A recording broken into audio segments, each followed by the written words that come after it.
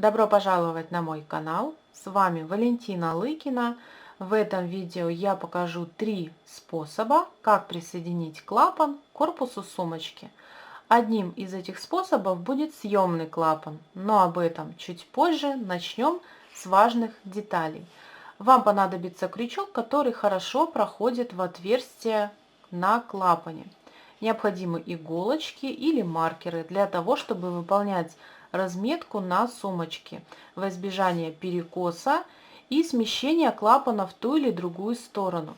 Для этого необходимо найти центр сумки и отсчитать в обе стороны одинаковое количество петель, либо найти в боковых частях центры и отсчитать одинаковое количество петель к центру, для того, чтобы разместить здесь клапан. Во всех случаях вам необходимо находить точки, за которые будете ввязывать клапан. Просто примеряем его так, как нравится, закрываем и смотрим, как это выглядит. После визуально намечаем траекторию, где будем ввязывать клапан. Первый вариант фиксации клапана к корпусу сумочки самый простой, за счет провязывания соединительных столбиков в каждое отверстие. Располагаем клапан так, как он должен быть, фиксируем иголочками для того, чтобы он не смещался. И теперь необходимо найти первую точку. Она располагается перед клапаном. Вводим крючок в основание сумки. Захватываем рабочую нить, оставив хвостик около 10-15 сантиметров. И вытягиваем первую рабочую петлю. Следующая точка – это первое отверстие на клапане. Здесь у меня иголочка, я ее убираю и ввожу крючок в это отверстие. Петля на крючке должна быть вытянута до этой точки. Ввожу крючок перпендикулярно в отношении клапана и сумки, захватываю рабочую нить и вытягиваю эту петлю на лицевую сторону. Затем провязываю через петлю, которая у меня была на крючке. Вытягиваю петлю, которая располагается на крючке, до следующей точки. Делайте ее на такую длину, где у вас начинается отверстие. Ввожу крючок перпендикулярно в отверстие и корпус сумки. Захватываю рабочую нить, вытягиваю ее и провязываю через рабочую петлю, которая у меня была на крючке. Подтягиваю рабочую петлю далее до следующего отверстия и повторяю все то же самое, пока у меня не закончатся эти отверстия. Очень важно, чтобы клапан располагался четко по ровной линии. Довязав до конца этого ряда, обязательно сверьтесь, чтобы край клапана был четко параллелен рядам вашей сумочки и никакой из этих углов не был перекошен. Также очень важно посмотреть на строчку из вот этих петель. Она должна быть равномерная и не стягивать клапан. После этого мы обрезаем ниточку, оставив около 15 сантиметров, и провязываем последний соединительный столбик точно так же, как и в самом начале. Вытягиваем этот хвостик, вводим крючок в то же отверстие, где сейчас провязывали, захватываем хвостик этот и протягиваем вовнутрь. Теперь необходимо спрятать эти ниточки в полотно. И вот такой первый способ. Второй вариант присоединения клапана к корпусу сумочки. Для начала необходимо выполнить обвязку края клапана. Я ввожу крючок в первое отверстие, оставляю хвостик около 10-15 сантиметров, складываю пополам, захватываю рабочую нить и протягиваю через это отверстие. Перемещаю хвостик в эту сторону, а рабочую нить укладываю на пальчик. Очень важно, чтобы вот эти петли, которые мы протягиваем через отверстие, были ровненькие и не перекрученные. Захватываю рабочую нить и провязываю. Перемещаюсь в следующее отверстие, ввожу крючок, захватываю рабочую нить, вытягиваю на высоту петли, которая на крючке, захватываю рабочую нить и провязываю очередной столбик. Так я двигаюсь до конца этого ряда. Довязав до конца ряда, проверьте, чтобы этот край не был стянут и все здесь располагалось равномерно. Если вам кажется, что промежуток между столбиками великоват, то провяжите в одну точку по 2 столбика. Как правило, для шнура это на ваше усмотрение, а из трикотажной пряжи и одного столбика в одно отверстие достаточно. Следующим мы присоединяем клапан к корпусу сумочки. Для этого нам необходимо обрезать нить следующей длины. У каждого эта длина будет своя. Необходимо посчитать количество точек, за которые мы будем ввязывать клапан к корпусу сумочки. Как посчитать? Первая точка за пределами клапана. Первая. Вторая точка там, где у нас располагается петля, то есть между столбиками. И считаем. Первая, вторая, третья, четвертая, пятая, шестая, седьмая, восьмая, девятая, десятая, одиннадцатая, двенадцатая, тринадцатая, четырнадцатая и за пределами 15. То есть всего 15 точек. Нам необходимо набрать цепочку из 15 воздушных петель. То есть сколько насчитали точек, столько набираете воздушных петель, и размер их должен быть таким же, как и вот эти верхние петли в этом обвязочном ряду. Я вытягиваю достаточно большую петлю и провязываю ее. Первая, вторая, третья и считаю, у меня всего их 15. Набрав 15 воздушных петель, длина цепочки такая же, как и провязывала первый ряд. Теперь я отмеряю еще сантиметров 30 для того, чтобы спрятать этот хвостик в полотно, обрезаю ниточку и обрабатываю ее огнем. Теперь необходимо распустить эту цепочку. И этой длины ниточки мне будет достаточно для того, чтобы зафиксировать клапан. Детали располагаем к себе таким же образом, как и в первом случае. Закалываем иголочками для того, чтобы клапан не двигался, и вытягиваем последнюю петлю. Для того, чтобы начать провязывать, необходимо эту ниточку ввести в корпус сумочки. Для этого внутри мы вводим крючок в ближайшую точку, где у нас располагается эта нить. Захватываем ее и вытягиваем вовнутрь. Все дальнейшее вязание будет аналогичным способом, как и в первом случае. Мы будем провязывать соединительные столбики между столбиками обвязки за петли. То есть вот они у нас, эти точки. Теперь мне необходимо получить рабочую петлю. Я также за пределами клапана ввожу крючок над той точкой, где ввела шнур вовнутрь сумки. Захватываю рабочую нить и вытягиваю первую рабочую петлю. Вытягиваю ее до той точки, где мне необходимо ввести крючок. Напомню, что это вот она петля. И перпендикулярно в отношении клапана и сумки ввожу крючок. Захватываю внутри рабочую нить, вытягиваю ее и провязываю соединительный столбик. Вытягиваю эту ниточку далее. Здесь у меня зафиксирована иголочка, ее я убираю. Ввожу крючок между столбиками за петлю и ввожу крючок в корпус сумки. Захватываю внутри рабочую нить и протягиваю через все эти петли. Так я двигаюсь до конца этого ряда.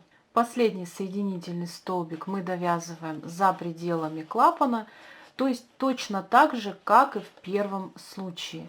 Вытягиваем эту ниточку и возвращаем ее в ту же точку, откуда она вышла, то есть вовнутрь корпуса сумочки. Ту ниточку, которая оставалась в самом начале, мы также должны ввести в корпус сумочки. Вводим крючок рядом с этой нитью и, захватывая ее, протягиваем этот хвостик вовнутрь. Теперь необходимо эти ниточки спрятать в полотно, и вот так выглядит второй вариант. Я его очень люблю из-за того, что край клапана всегда закрыт и кажется, как будто это все здесь у нас едино. Вариант из трикотажной пряжи на вашем экране. Третий вариант — съемный клапан. Данную модель сумки я вяжу для себя и хотела бы использовать ее круглый год. Поэтому выбрала два варианта клапанов. Это меховой для зимы и кожаный. Буду фиксировать его на весну, лето и осень. Мне кажется, это удачный вариант, когда клапан нужно снять, а сумку постирать. У меня на канале есть видео по уходу за вязаными сумочками. Переходите по ссылочке в описании и ознакомьтесь с подробной информацией. Также в конце видео вас будет ждать бонус. Каким же образом я решила фиксировать клапаны? На сумке я вывяжу планку и к ней с помощью винтов буду фиксировать клапан. Такие винты я приобрела в магазине швейная фурнитура, а также видела все для ремонта обуви. Там тоже такие винтики продаются. Эти винты раскручиваются.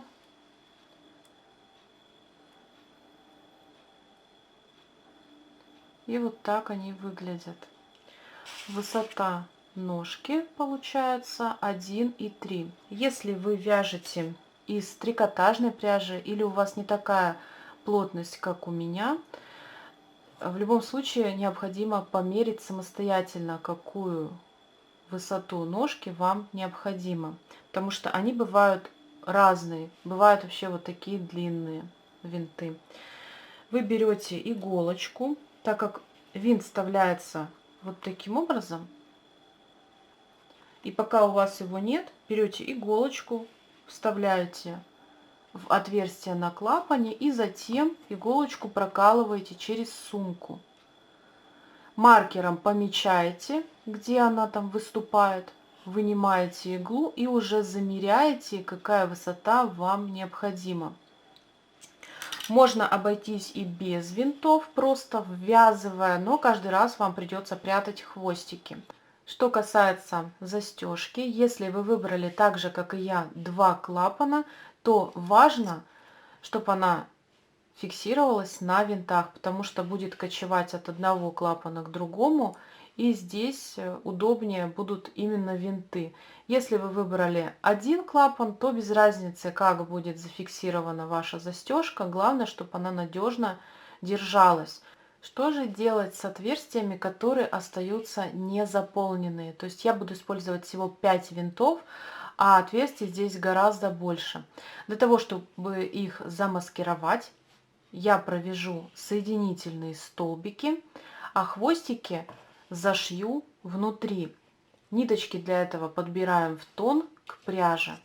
В самом начале делаем вот такую петлю, вводим в нее крючок, придерживаем хвостик, вводим крючок в первое отверстие на клапане, захватываем рабочую нить, протягиваем ее, а затем провязываем первый соединительный столбик, вытягиваем далее и провязываем следующий соединительный столбик. А вот этот хвостик обворачиваем назад, фиксируем его под любую петлю, берем ниточку с иголочкой и зашиваем.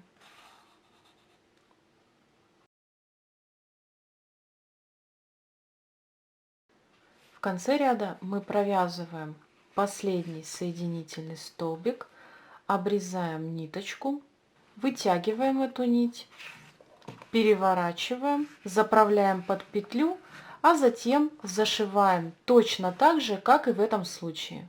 Клапан готов. а с лицевой стороны все красиво здесь закрыто. На меховом клапане я этого делать не буду, так как отверстия практически незаметны, они четко видны только с изнаночной стороны. Остается лишь связать планку. Для этого располагаем сумку к себе вот таким образом. Здесь у меня вход. Выделяем область там, где будем ее формировать. Фиксируем маркеры, а также находим траекторию, то есть линию, за которую будем провязывать.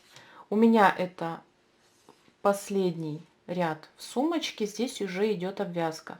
И вот за эти столбики и петельки я буду провязывать столбики без накида. Отмеряем ниточку около 10-15 сантиметров, лучше больше оставить. И находим самую первую точку, за которую будем провязывать.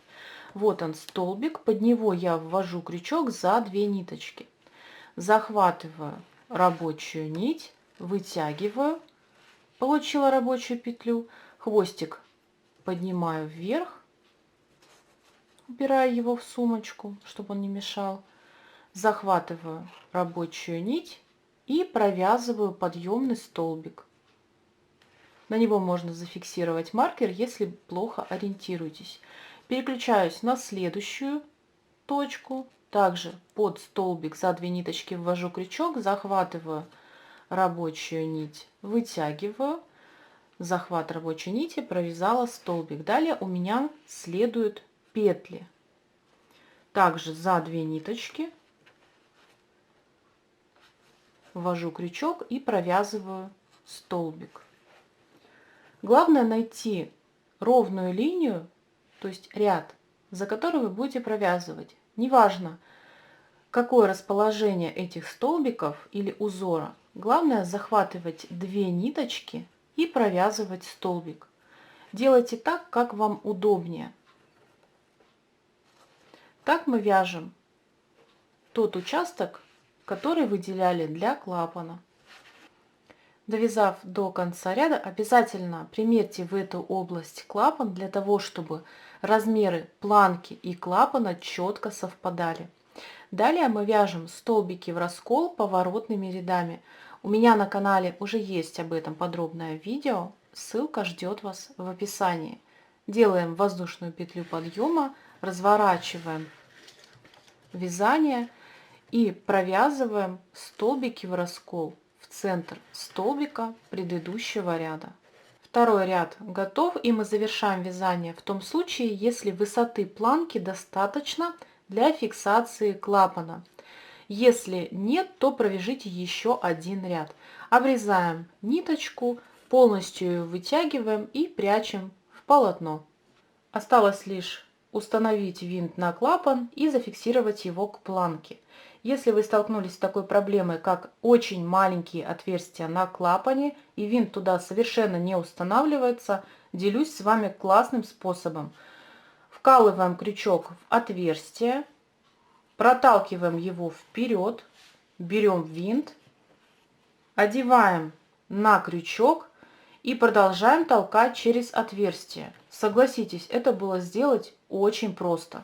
То же самое мы делаем и с установкой клапана на планку. Сначала вы фиксируете боковые винты, а потом центральные. Ввели винт в ту точку, где необходимо его установить. Вводим крючок в планку.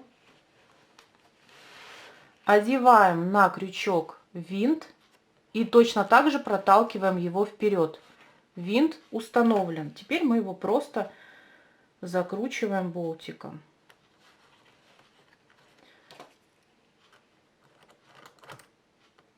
Первый клапан установлен. Осталось дождаться лета, чтобы воспользоваться вторым. Я надеюсь, этот мастер-класс был вам полезен. Пишите в комментариях, каким способом будете пользоваться. Буду рада с вами пообщаться. Подписывайтесь на мой канал, если до сих пор этого не сделали. У меня для вас еще очень много интересного. Благодарю за ваше внимание. До новых встреч!